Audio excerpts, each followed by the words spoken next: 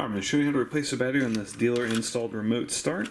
You're going to need a small Phillips head. This is a 1.5, and you're going to need a small flathead. This one is a 3.0.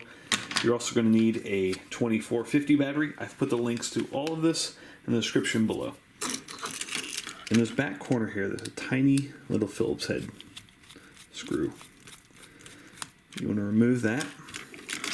Then take your flat tip and insert it here and just work your way around.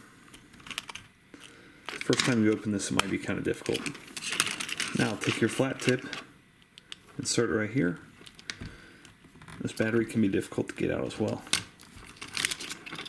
Okay, take your old battery out. The new battery goes in positive side facing downward, just as the fob indicates. Press that in there, give it a good squeeze. You can go ahead and test it. You're good to go. Put that screw back in and you're all set. Hope that was helpful. Make sure you hit that thumbs up button.